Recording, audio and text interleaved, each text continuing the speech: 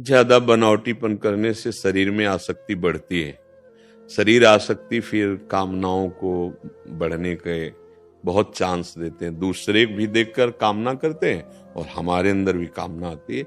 उचित श्रृंगार, जैसे आप गृहस्थ में हैं तो उचित पहनावा पहनिए, उचित श्रृंगार कीजिए, क्योंकि आप गृहस्थ में हैं। अब उसमें थोड़ी कि हमारी तरह आप रज लपेट करके ऐसे नहीं, आप उचित श्रृंगार, पर इतना बनावटीपन ना आ जाए कि जिससे दूसरे का मन आकर्षित हो और हमारा मन भी कामनाओं में फंसने लगे।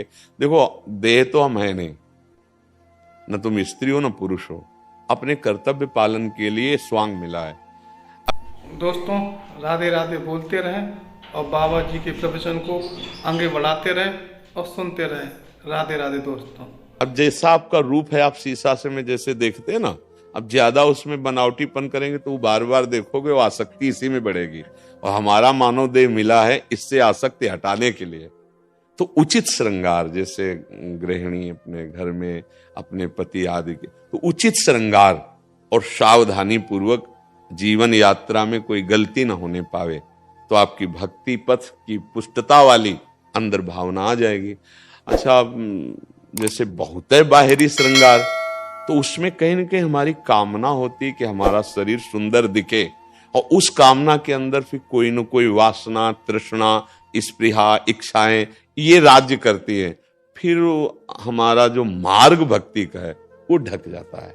हमारा सात्विक जैसा और हम आपको सच्ची कहते हैं, सुंदरता तो सत्यता में चलने पर मिलती है। आप भजन करो और थोड़ा संयम से रहो उचित, तो आपके चेहरे पर एक लावण्य आ जाएगा। मुख प्रसन्न तन तेज विराजा, कीनस रामचंद्र कर काजा। कोई भी हो, चाहे स्त्री शरीर हो चाहे पुरुष शरीर हो, संयम से चलो और भजन करो तो आपके चेहरे में वो सुंदरता होगी जो दूसरे के देखने पर निष्कामता बढ़ाएगी, कामना नहीं। देखो ना, संत महात्मा जन जो भगवान में चित्त जोड़े हैं, कौन सा भैया श्रृंगार बाहरी होता है, पर एक दर्शन करने के लिए जाते हैं ना लोग, वयोवृद्ध हैं, कोई बाहरी रूप की बनावट नहीं, पर एक अलौकिक सुख मिलता है। उनके देखने से ऐसा लगता है मैं देखता ही रहूं, उनको देखने से ऐसा लगता है ये अपने हैं, उनके देखने से एक अजीब आह्लाद होता है, आनंद होता है। क्यों? क्योंकि वो सत्य मार्ग में चल रहे हैं, भगवत मार्ग में चल रहे हैं। तो मुझे लगता है जो भगवत मार्ग का पथिक है, चाहे स्त्री हो या पुरुष हो, सात्विक वेशभूषा में रहे, क्योंकि वेशभूषा का प्रभाव हमारे चित्त पर पड़ता है। हम जैसे वेशभूषा धारण करेंगे वैसे ही हमारा अहम हो जाता है। हम जैसे बनावटी करेंगे ना, तो उसमें कामनाएं हैं, इच्छाएं हैं, वासनाएं, तो वो दूसरों के प्रति भी और अपने प्रति भी ठीक नहीं है। सात्विक वेशभूषा, सात्विक श्रृंगार, आप देखो आपका जैसा स्वभाव है, जैसा स्वरूप है, वैसे बर्ताव करो। भगवान ने तो विधान बना ही दिया है आपके सुख के लिए। अब अगर बाहरी हम कुछ ज्यादा करते हैं तो उसमें हमें फिसलने का डर है और उसमें कामना बढ़ाने का सामने से भी डर है। तो हमें संसार तो इसी में विचरण करता है। लेकिन आप भक्ति मार्ग में अध्यात्म से पूछ रहे हैं, तो आपने भगवान को जो रूप पसंद आया वो दे दिया आपके कर्म के। अब उसी से हमारा ये स्वरूप थोड़ी है, इसका तो छोड़ना ही है, आज नहीं तो कल छूटेगा। और इसकी गति भी आप लोग जानते क्या हो नहीं।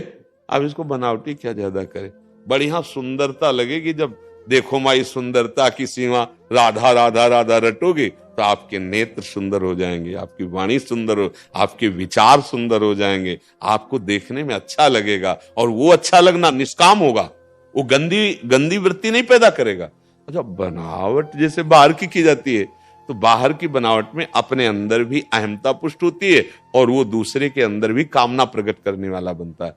तो जहां पूछा है, अध्यात्म मार्ग का यह मंच है, इसलिए हमें लगता है उचित श्रृंगार जैसे माताओं बहनों के लिए है, तो उचित श्रृंगार अपने धर्म की सीमा के अंतर्गत, फिर मंगल में कोई परेशानी नहीं। हमें दूसरे के दिखाने की भावना नहीं होनी चाहिए।